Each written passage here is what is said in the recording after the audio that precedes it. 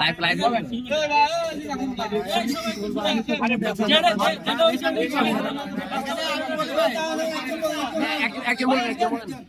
আমরা খবর বলে গেছি ওপেনিং নেওয়ার জন্য, ঠিক আছে?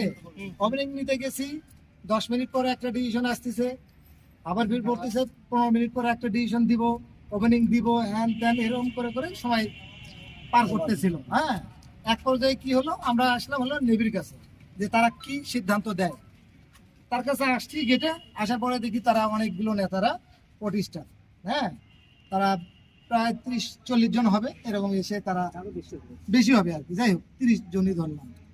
তাদেরকে ঢুকতে দিচ্ছে না, নেভিও ঢুকতে দিচ্ছে না এবং পোর্ট সিকিউরিটি বারণ করতেছে। তারপরেও তারা কি জোরপূর্বক ভেতরে ঢুকছে, ঢুকে সিনফিট করে ঢুকছে আর কি। যাই হোক, তাদেরকে আমি একটা প্রশ্ন করছি যে কি আমরা ডেলিভারি নিতে পারবো কিনা।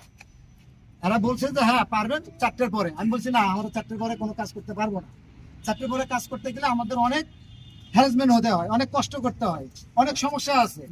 অনেকেই কি ব্যাংকের টাকা জমা দেয় না, অনেকে সিল কাটতে সমস্যা হবে, অনেক সমস্যা আর কি। আমরা বলছি 4টার পরে কোনো কাজ হবে না, এক কথায় সাপ।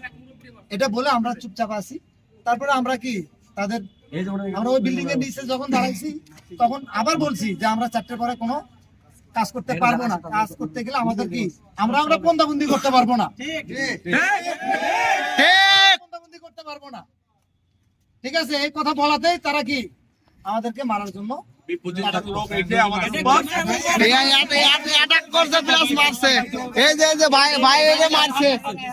গায়ে হাত দিচ্ছে। আমি নিজে সাক্ষী, আমি নিজে ঠেকাই হয়েছে না।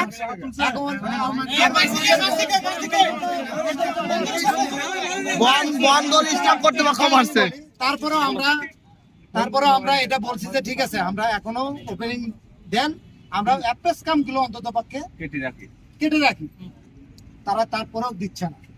কারণ আজকে হলো শনিবার, কারণ যদি আমরা বিল দিতে না পারি, 4টার পরে যদি আমরা ওপেনিং নেই, তা আমরা বিল দিব কখন, ডেলিভারি দিব কখন, আর সিল কাটবো কখন, কাস্টম করবো কখন?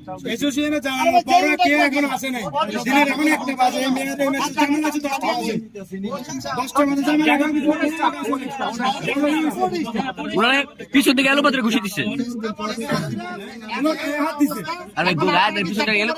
ওরা মোটর সাইকেল নিয়ে আইছে গুন্ডা স্টাইলে মারার জন্য। হ্যাঁ, ওরা মোটর সাইকেল আইছে গুন্ডা স্টাইলে মারার জন্য।